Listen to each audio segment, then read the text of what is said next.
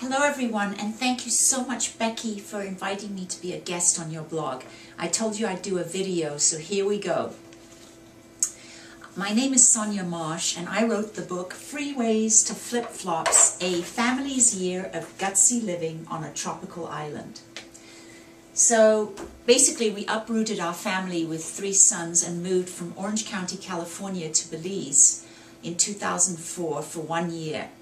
And Becky has some fabulous questions. The first one she asked me is, you made reference throughout the book that you consider yourself an international person, having been born in Denmark, schooled in the UK, and lived in Paris and Nigeria. The latter country must have been difficult to get used to. Therefore, you have some familiarity with the trials and tribulations of living in a developing country. It seemed that the trials and tribulations of living in Belize was something you never got used to. Why do you think this was so difficult for you? Well, let me first of all say that when I lived in Nigeria, I was only 6 years old, so I was a child. And when we moved to Belize, which was about 40 years later, I was a mother and a wife, and we had 3 sons, and things were completely different. So I have divided my answer into 8 different themes of what I found challenging in Belize. First of all, food. Now, when you have 2 teenagers and a preteen, feeding them can become quite a problem. And what we notice is often the stores didn't have fresh dairy, bread, meat, and of course cheese and ice cream was another thing that was really difficult to find. So they were not always available. Water supply, that was another big problem. When we lived in the hut, we only had stinky well water, which we couldn't drink. And when we moved to the island of Ambergris Caye, we had a cistern and dependent on rainwater, which we couldn't drink either in the cistern. So we had to transport these huge 5-gallon containers of water from town, a workout in itself. Another thing is, when there was a drought, we couldn't shower. There was a period of time where we were just waiting for it to rain, so couldn't wash clothes, couldn't shower. Bugs, another huge problem. We had these giant ants, and they would transport giant twigs. And we also had scorpions, iguanas, spiders, rats, all kinds of critters in our hut. And so keeping food away from these insects was a huge problem. At first I used Ziploc bags, but that didn't work, so we went to the hard plastic containers. The locals, that was another issue that was a challenge. At first I trusted everyone, and I didn't realize that it takes a while when you live in a place like that, to know who you can trust. And a lot of the expats had said, Sonia, it takes a couple of years before you can actually start a business. Expats, another thing. I was naive to believe that we could trust the other expats, not realizing that once you start a business and you're actually competing with the other locals, that can cause problems.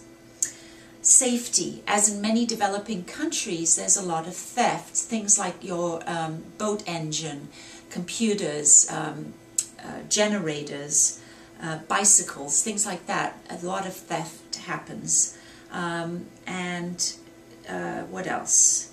So yeah, I was afraid to be alone in the house at night when my husband had to go to the US. I remember I slept with a machete under his pillow when he was gone. Hurricanes. Well, we were constantly threatened by storms, and we never knew if these storms were going to turn into a hurricane. So that was something else that was a challenge.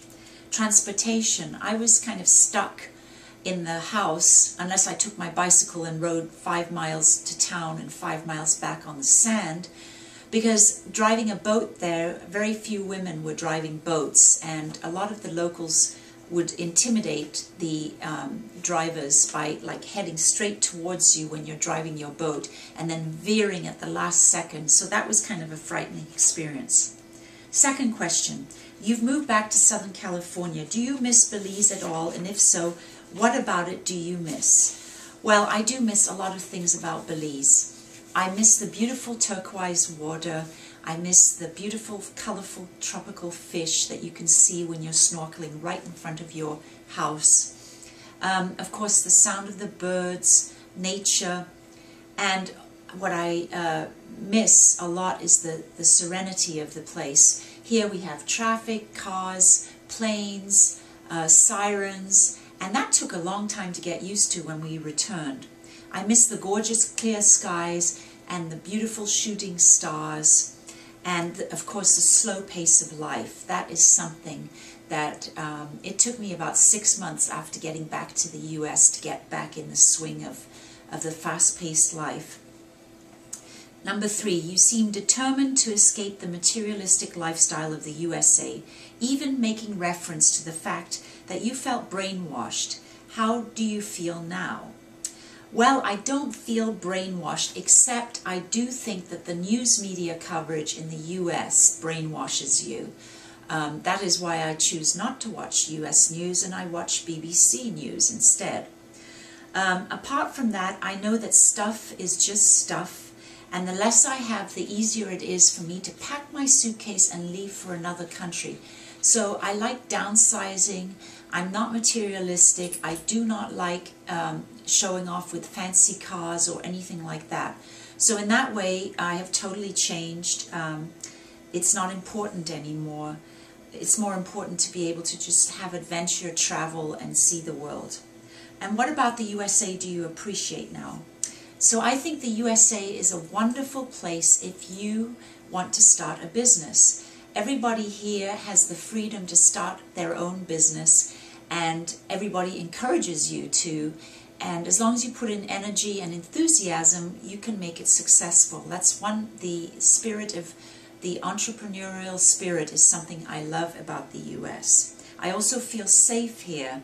Don't have to worry the way I did in Belize about theft or being mugged. What would you change this time around if you went back to Belize or a different island? Would you, for example, spend more time adapting to the character and culture of the people? It seemed through the book there was a constant struggle to get used to this, even fear. Becky, you're right.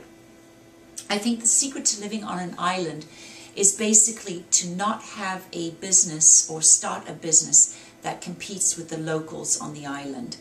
The first business we wanted to do was an internet-based business with US clients. However, that didn't work out. If it had, we might still be in Belize today. Now I feel like if I could write books and maybe move to Panama and live there for 6 months out of the year, that would be ideal. So I would not or spend so much time focused on starting a business on the island. Life on Desert Island is not all sunshine and sand, as you discovered. Which members of your family do you feel benefited the most from the Belize experience? Well, despite Becky mentioning my oldest son benefiting the most, which is her next question, I think we all benefited in different ways. You know, I changed more than I expected. I honestly didn't realize that I would feel stress in what I called my paradise. So the fact that we went through all this turmoil, in a sense, made me realize that stress and paradise stress in paradise is just as likely as stress in a stressful location. The secret is to find peace of mind within yourself, and that is what I discovered by moving to Belize. I also think I grew up in Belize. My husband and I downsized when we moved back, and actually we didn't care anymore what our neighbors thought about our old cars or our old kitchen. I realized that living in Orange County is competitive in other ways, just as living in Belize can be competitive.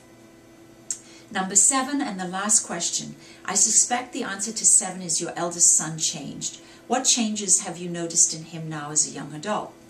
Well, one of the great things about Belize is that my son focused on his studies and realized by seeing the locals, including our caretaker family, that education is a privilege, not a right. So when we came back to Orange County, he decided he wanted to go to university and has become a mechanical engineer and has a wonderful job now in California.